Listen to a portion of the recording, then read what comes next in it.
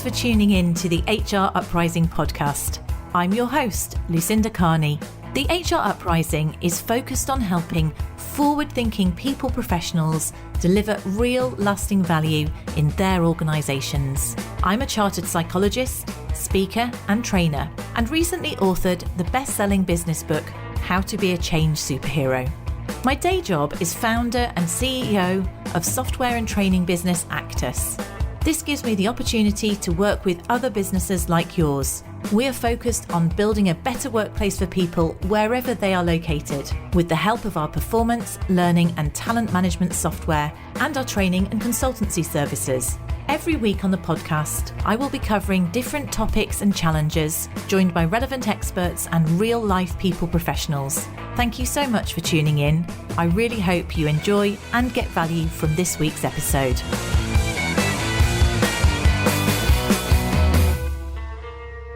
Hello and welcome to this week's HR Uprising podcast. And this week, I'm going to talk about purpose over perks and how organisations can add greater value during a downturn. We know it's tricky times out there. And I'm delighted that I've got Victoria Lewis-Stevens here, who's the MD at United Culture. And this is a topic that she works with businesses on a lot. And I thought it'd be really highly relevant for our audience. Victoria, thank you for joining me today. Would you like to introduce yourself a bit more? Yeah, absolutely. So thank you so much for inviting me along to chat to you about this. It's interesting and it's absolutely at the heart of our business at United Culture and something we're really, really passionate about. And how did you get into this area? How did it become your sort of area of interest or focus?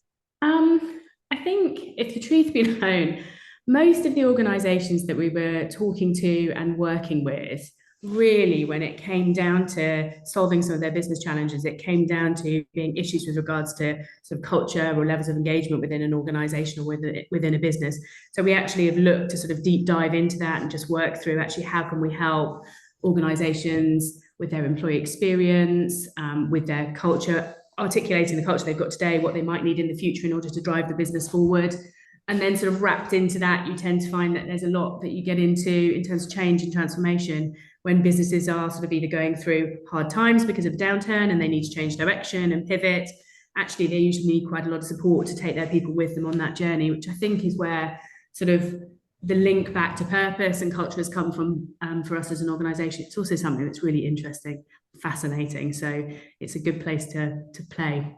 It is, isn't it? And I mean, I'm interested, the whole idea of purpose, I suppose, when we've done training on things like objective setting or feeling people are connected with a bigger purpose is shown to be more motivational. But it's interesting that, part of what we're going to talk about here is it's not necessarily about perks.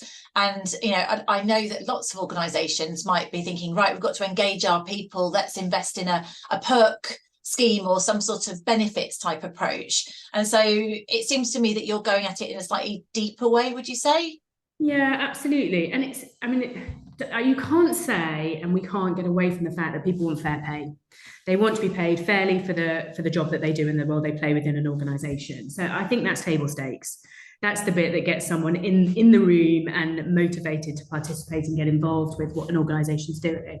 But the bit that really unlocks something special, I think, in an organisation, and it's where you get different levels of performance and innovation, is really when you get people kind of rallying behind the purpose of a business and the difference that an organisation can make at a macro level or a micro level. It kind of doesn't matter. You just need to get people excited, galvanised together as a community, moving in the same direction. And I think that's half the battle. People absolutely feel valued for the contribution that they make and they want to feel like they're making a difference. And I think if they can connect their own personal values to the values and the purpose of an organisation, it makes that easier. And it makes the sort of the communication process and the engagement process easier. You very often hear about people staying at organisations because it's something they passionately believe in. And I think that's true. You tend to get attracted to the brands and to the organisations that are out there talking about the difference they make in the world. And certainly, I think places like the NHS, presumably lots of people tolerate not having the reward that they might want because they really passionately believe in purpose in those sorts of roles, don't they? It's interesting. So I remember my first role, I worked for a pharmaceutical company, and actually now I probably think that's ripping off the NHS, but at the time I very much believed in the drugs that they were doing. It was all about helping people and that sort of thing. So I felt quite passionate about that. And then I moved from there to a telecoms company. And I remember feeling it was much harder to get engaged with what they were doing, because just telephones seemed so much, I suppose because I was motivated more by people and I could see a direct link between pharmaceuticals and helping people, then I couldn't see it so much as telephones, for a very simple sort of analogy. So if you were working with a customer, a business that perhaps, I don't know, it's harder to get engaged about or find a purpose, how would you help them? I think a telco organisation is actually quite an interesting example, because I just think it's a very practical product, it's a very practical tool. But actually, if you think about what a telco organisation does, they create connections, and usually very human connections. They, connect you with your family, with your loved ones. They bring people closer together. They bring communities closer together. They enable people to, you kind of think about sort of the outcomes. They'll enable a doctor to connect with a patient and help them, make them better and improve their lives. So I think one of the things that organisations have got to get much better at doing is talking about the impact of what they do and the difference that it makes to individuals. And it goes, you're absolutely spot on. Like a lot of the reason we do what we do is because it's a very people orientated business, and that's kind of exciting. And the way people behave and they interact with one another is fascinating. I just think you've got to get to that people story quite quickly. And I think purpose can very often be a vehicle to enable you to do that. Why do we exist as an organisation? What are we here to do? What's the difference we make to individuals? Play that up. People can connect with that much more easily than. Yeah. So it's a bit like I was thinking. Yeah. So would you therefore work with a business to help them if they hadn't got their purpose statement? And you've got this whole thing where you've got purpose and mission and vision, and it all becomes a little bit, values and all these things can become a little bit complicated to know which one's which, and maybe trite, I suppose, if they're not real. So how would you help an organisation create that clear purpose? So we do a mixture of things. So sometimes we'll work with organisations and they don't have a purpose. So actually we'll help them get under the skin of what the purpose is for them and their organisation. In other instances, we work with clients and they've got an articulated purpose. They just haven't necessarily brought it to life in a compelling and interesting way for their people. So some of it's around, and you're absolutely right, kind of vision, values, mission, all of that sort of hangs around and is in support of an organisation's purpose. A lot of the work we do is helping to make sense of that and creating a really clear story that brings it to life in a compelling way that people can understand how everything connects together. Because I think the secret and the key thing is, it doesn't matter almost what the purpose, what the mission, what the values, what the strategy is of an organisation. It's how does the individual role connect to that? And an individual can't connect to that unless they understand what the overarching story is and how it all hangs together.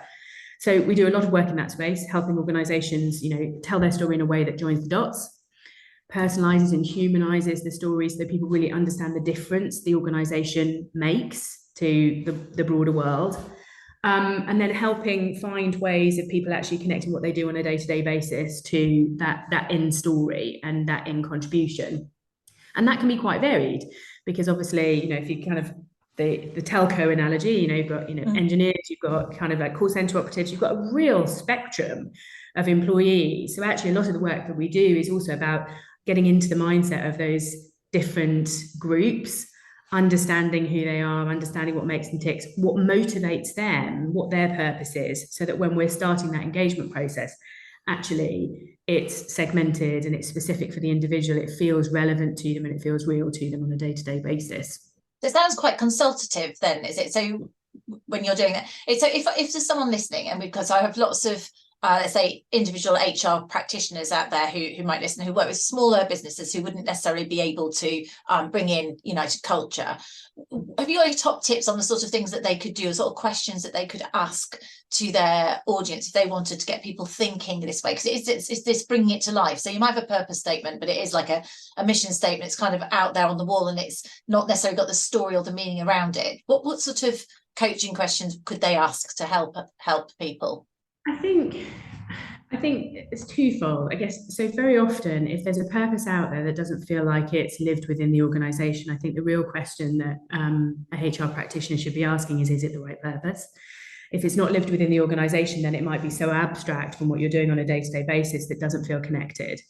So I think that the starting point, honestly, is about having an honest conversation with the leadership team and saying, kind of actually, our strategy and our purpose don't feel like they're connected. We need to either find a way of connecting them, or actually maybe the purpose isn't quite articulated in the way that it should be, so it doesn't feel relevant to people today. So I think that's the starting point. Okay, yeah. I think once you've kind of established that, kind of the purpose is right for the organization, it doesn't matter how, it can be quite out there. Sometimes it can be quite sort of quite abstract and actually quite intangible, maybe not something you will necessarily achieve, but actually everything underneath it should ladder back up to that purpose. So the second question we'd be asking in any organization, and we usually co-create a lot of the work that we do with the people that it's impacting or targeted towards. The second thing we'd be doing is talking to people about what a purpose is in the organization and what role it should play in the day-to-day. Getting employees across the organization involved in a conversation that asks them, if that's the purpose of the organization, what behaviors need to show up in order for us to live that on a day-to-day basis. And I think that would start to get after things like, actually, do the values stack up? Is the articulation of the values in the organization right? Are the way that we're behaving as a business and interacting with each other and our customers kind of in pursuit of that overarching purpose? And then once you start that conversation, like, honestly, it kind of snowballs, because I think some of it is just about that process in itself starts to get people thinking about why we exist as a business. If you're starting to talk to people about how they show up and interact with one another, they start to think a little bit more overtly about how they're operating on a day-to-day basis and actually what they could change, what they need to dial up a little bit more. So I think that's the starting point, I think, for any conversation about how you bring a purpose to life in a business. I do think HR professionals are in a really, really unique position, because they touch and own a lot of the sort of the key moments and the milestones in an employee life cycle. So they have a huge amount of influence over sort of the employee experience on a day-to-day basis. Everything from, how somebody is recruited into the organization, how they're onboarded in a business, how they sort of receive and communications on a day-to-day basis, their objective settings. Every single aspect of the employee life cycle should feel like it emulates the behaviors that support the purpose of the business. So I think in some respects, HR professionals have the ability not only to sort of help tell the story and connect the dots, but really make a very meaningful difference to how purpose comes to life across those employee touch points. And there are very few functions that can do that. There's very few functions that have that level of ownership. And I think that's where the interesting things start to happen, because the storytelling and the connecting the dots and bringing it all together is, honestly, it's only the starting point. And there are a lot of businesses that just do that. If you really want to embed and get a different culture and bring purpose to life in an organization in a really meaningful way, it's the employee life cycle, and it's those key milestones and those touch points that really make the difference, because it's almost the business's way of saying, we're not just talking about this, we're doing it. We're doing it very overtly, very boldly, and we're really serious about helping our people to align themselves and their role and what they're doing on a day-to-day behind their purpose. It's interesting you raise that point, because I think often HR, let's say often HR sort of policies, or if you talk about values, those things people often shout out at if they see there's a disconnect. They can, and so I remember that one of the organisations I worked for, they had this one of the values, and this is really back when values was a very new thing, and what it was called respect for people. Well, that was without a shadow of a doubt the most bandied about, well, where's our respect for people type thing that disgruntled people would push back on in terms of those. And it is interesting that often we might have policies. I've seen quite forward thinking HR people sort of rework their policy handbooks so that it's not very robotic. If they want to be very people oriented, that they try to make it actually reflect that. And do you see people doing more of that sort of thing, or is that the sort of thing you're talking about, where HR can make a difference across the employee life cycle? What sort of things could people do to try and assume they've identified their purpose, to make sure that everything is aligned? Yeah, I think that we are seeing a few more organisations start to think about policies in a very different way, policies and procedures in a very different way. I think what employees are looking for and what they find fulfillment in is kind of, good salary, sense of worth, and flexibility. And flexibility is a very broad word. And by that, I don't mean hybrid working. I mean flexibility in treating people as an individual and the level of personalization. And kind of that policies and personalization is slightly conflicting. So I think organizations, or the smarter organizations, are really starting to think about, kind of how can we develop policies that are frameworks rather than sort of diktats, that give line managers the autonomy to apply the policy in a way that's really meaningful for the individual that they're sat in front of, that's trying to avail themselves of a benefit or a process. And I think that's where the business can show up very differently. I think people are very hesitant to go down that route, though, for very obvious reasons. And I actually think hybrid working is almost like a classic. Kind of the hybrid working policies are and have and still continue to be really controversial. People have gone from full flexibility to, operate in a way that makes most sense for you as an individual, to mandating 2 or 3 days back into the office. So it's kind of like flipping around a little bit. And in some respects, I think that probably puts HR practitioners off from developing frameworks instead of sort of really, really specific policies. But actually, I think over we'll find that settles. There's a practical reality. People who work for organizations need to interact with one another in person and virtually in equal measure, in my humble view. And flexible working and hybrid working is just that. It means, working in a number of different ways, not just in one way at home. So I think using sort of that idea of flexibility when it comes to policies is absolutely crucial. I was having a conversation and I won't mention the individual, but I was having a conversation really recently around somebody who was dealing with somebody in an organization who just had a family bereavement.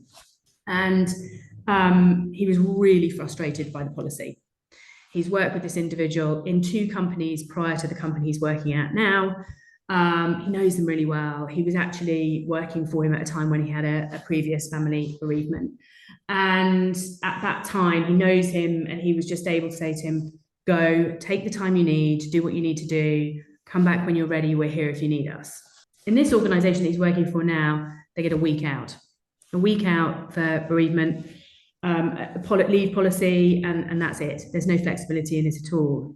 His view is if I was just given the autonomy, there are people where that would be enough space. They need to come back. They need to be around people. They need to be getting on with the day job. It's just like, I know this person. If they come back after that 5-day period, he will be off with stress at a later date. And I think that sort of that lack of flexibility and that lack of a framework actually has caused an issue later down the line. And that same organisation is looking at wellbeing programs and mental health programs, and it really doesn't add up. That's really interesting as an example. That I mean, there's a couple of things that came out like that particular example is interesting because I understand in large, so I would obviously we run a very small business, like 12 to 15 of us. It's quite easy to go, give people the right time, and that feels like the right thing to do. That said, I've worked for a large business which would undoubtedly have had I don't know, bereavement leave of 2 days, or in fact I think they had it spelt out by how close the relation is to you. But people still had empowerment. So this is where the disconnect is. Is that manager genuinely, do they have to follow that policy to the letter, which sounds like he feels he did, or is there some sort of empowerment and flexibility where it can be interpreted, which is a tricky one. The other thing that came out of what you said there, which was a bit of a light bulb actually, I think for me there, is what you started off saying was it's about purpose. And I think if you think about it, if your people who are working for you or with you are purpose driven, they buy into the purpose of the organisation, that they are therefore engaged, then you shouldn't have to dictate. They will come back. You should be able to trust them to take the time they need, because you don't go, this is how long it is. But of course, this is the tricky thing, because we have these policies because there are people who are disengaged, and unfortunately sometimes then shoehorning them into a sort of an inappropriate framework or policy is going to make them less engaged as well. So it's all really loaded, isn't it? It's quite tricky. It's really tricky. And I think, and your point around, is it empowerment, or was the individual empowered? No, I don't think they felt empowered at all to move outside the policy. which was massively frustrating for them because that's not something they'd experienced in an organisation before. But you also have policies in place for new managers who perhaps don't know how to, kind of show up and don't know what they should do. So there is a piece around, kind of empowerment. Policies should be a framework that enables people to operate effectively and consistently across the organisation. But I think that sort of empowerment piece also comes with trust. If it's a genuinely purpose-driven organisation, then you need to trust your line managers to make the right calls that reflect the purpose of the organisation and are the right things for the individual and the business, because it can't, it's about balance, isn't it? It needs to be right for the individual, but it also needs to work for the organisation. And I'll come back to you on that in terms of the managers, what skills and support the managers need, because I completely agree that that's what we need to do. It's just quite tricky to do that, which is why you have a policy, because then you just follow the policy. But the question that I think comes out as well is this whole thing is, what is fair? And if you think about it, is fair treating everybody the same, which is what a policy is, or is fair treating people in a way that they feel, is equally empowering, or it feels fair to them, if you know what I mean, that personalization approach. And as soon as you go to the personalization approach, which I agree feels like the right thing to do in a progressive organizational world and for an engagement point of view, it's just so ambiguous, and it's not clear, it's not black and white, which what policy is, and that's really tricky. So how do we support our managers in being able to deal with that ambiguity, to be fair and consistent, but not necessarily treating everybody exactly the same? I think you've got to have some parameters in place, and the fairness is subjective.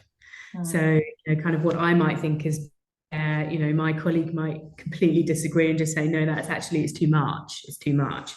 But I actually think that's where something like, the strategy of the organisation, the purpose of the organisation can help, because they're almost like a North Star that help people to feel empowered to make the right decisions. If the organisation's purpose is, I don't know, making moments matter, then every moment in that employee and organisational interaction should reflect that, which would suggest to me more personalised. And actually really understanding who I am and doing what's right for me as an individual. I think most people, if they're engaged and they're in the organisation and they feel like their personal values reflect and support an organisation's purpose, most people are sensible enough to recognise, I can't have it my own way and I can't just have what I want. So things can be personalised to a degree, but it's about having a conversation, not giving somebody access to a document. Yeah. And I think that's the key. I think very often, policies and processes, they're online and you're referred to, and it's very not human. It's very not an opportunity for connection, an opportunity for conversation. And I think that's where there's a richness. And that richness enables people to understand why you can't perhaps be as flexible as you might want to, or why you need to think about things in a slightly different way. People get that.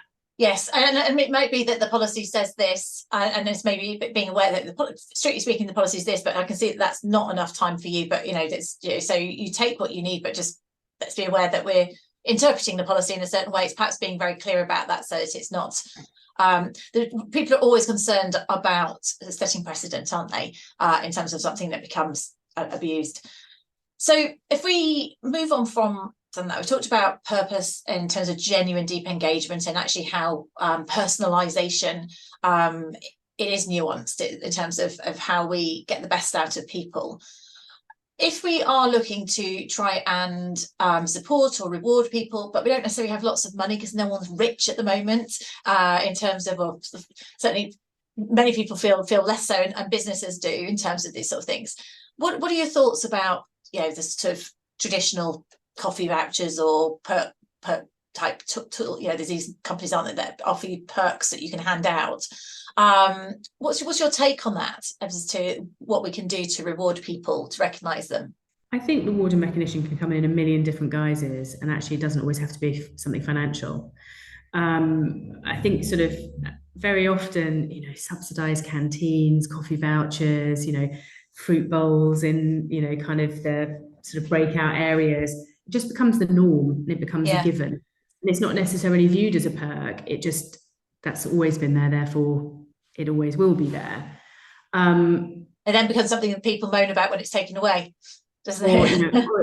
Or it's run out. And I think actually Most people today want sort of recognition, and that recognition is as simple as a thank you, recognition for the contribution that they make for an organisation. I don't think businesses pay enough attention to that, both peer-to-peer thank you, but also the top-down thank you and the bottom-up thank you. They just don't.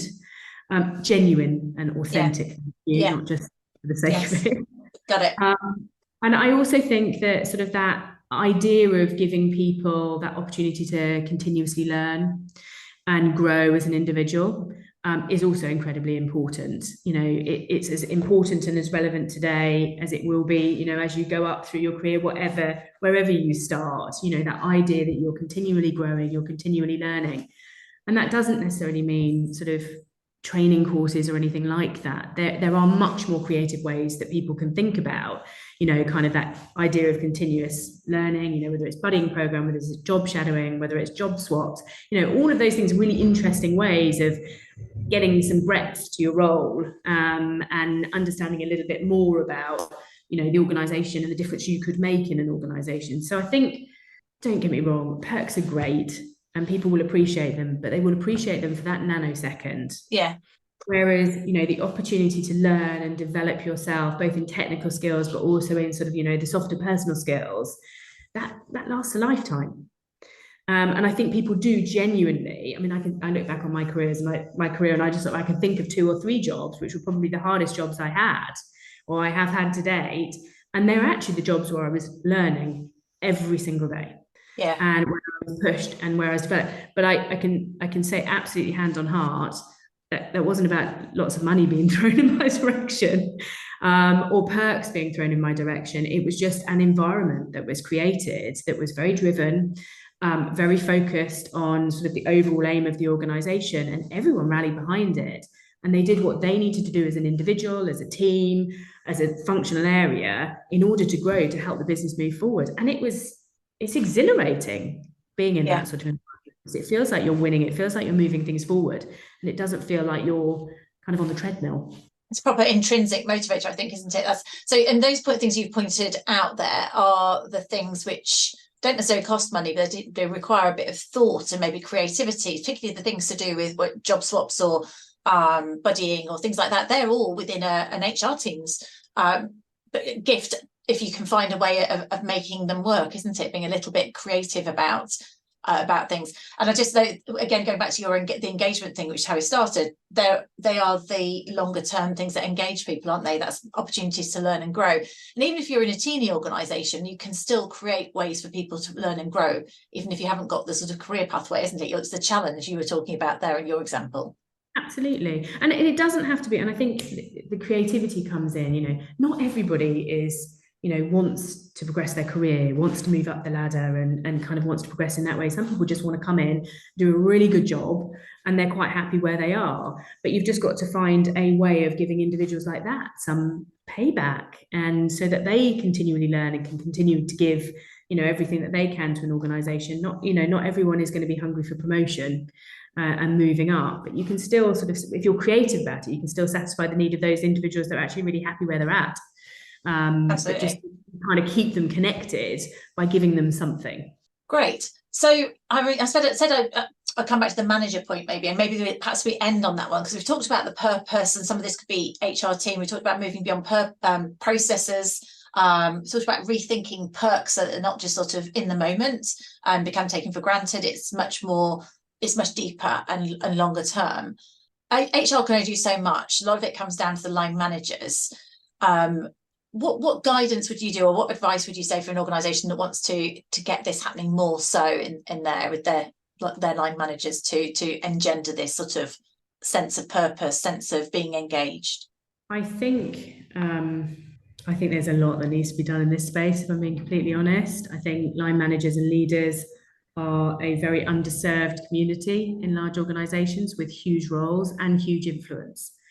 So I think that organisations need to spend more time connecting the dots for line managers, so that they understand the direction of travel, they understand what their role is, they understand what they need to do on a day-to-day basis. I think there's a lot that businesses need to do to recognise that in order to manage, you need time to manage. So you can't do a job and then have line management responsibilities just added on top of that. Line management. Just squeeze it in.